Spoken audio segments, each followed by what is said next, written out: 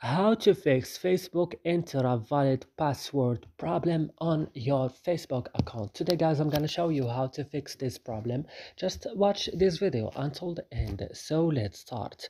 First you will just open settings of your phone, then you will go directly to apps or applications, and on apps or application what you should do now, just you will search for Facebook, and as you see I found Facebook. Then I will go to storage and I will go directly to clear data on the bottom of the screen and click on it and click OK, and my problem will solve.